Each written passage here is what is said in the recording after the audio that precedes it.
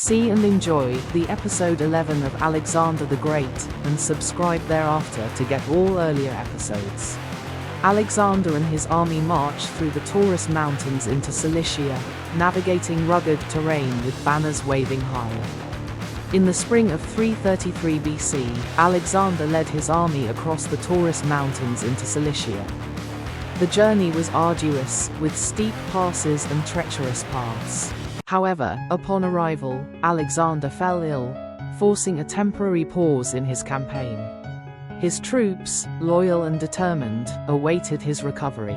A recovering Alexander, still resolute, leading his troops towards Syria, banners of Macedon flying.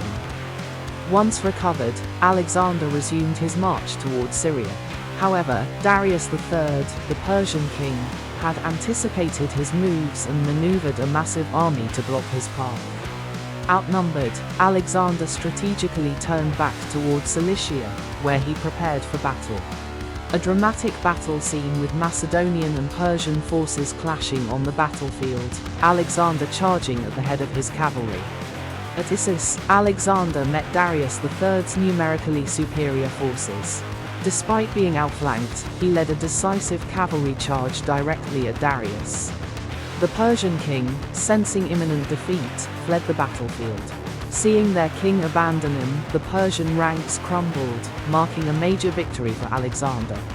Darius's flight led to the collapse of his army.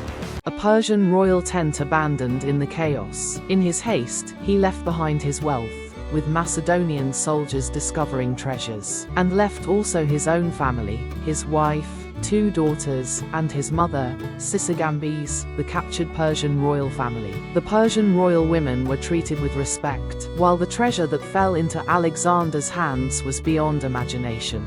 An emissary of Darius presenting a peace treaty to Alexander, who stands with his generals in deep thought. Desperate to stop Alexander's advance, he proposed surrendering all lands already lost and paying 10,000 talents as ransom for his family. Alexander, however, declared that as the new king of Asia, only he would decide the fate of its territories. The war would continue.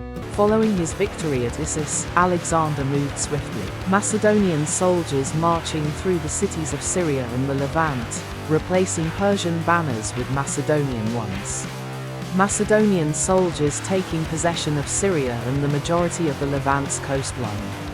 His control over these key territories further weakened Persian influence, ensuring that no naval resistance could challenge his dominance. In 332 BC, Alexander arrived at walled island city of Tyre, a formidable island city.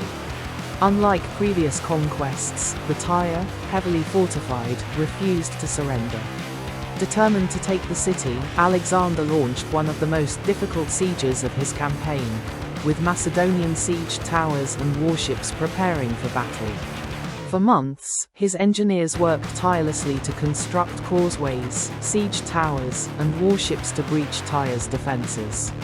After a grueling siege, Macedonian soldiers breaching Tyre's walls, fierce hand-to-hand combat, smoke rising as the city falls. A brutal battle followed, with the Macedonians overwhelming the defenders. The men of military age were massacred, while the women and children were sold into slavery. The capture of Tyre sent a clear message: resistance to Alexander would be met with ruthless force. With Tyre under his control, Alexander's dominance over the eastern Mediterranean was complete. But his ambitions did not end there. Alexander gazing southward toward Egypt, his army regrouping and preparing for the next phase of conquest. Egypt lay ahead, and with every victory, his claim as ruler of the known world became ever stronger. The march of conquest continued,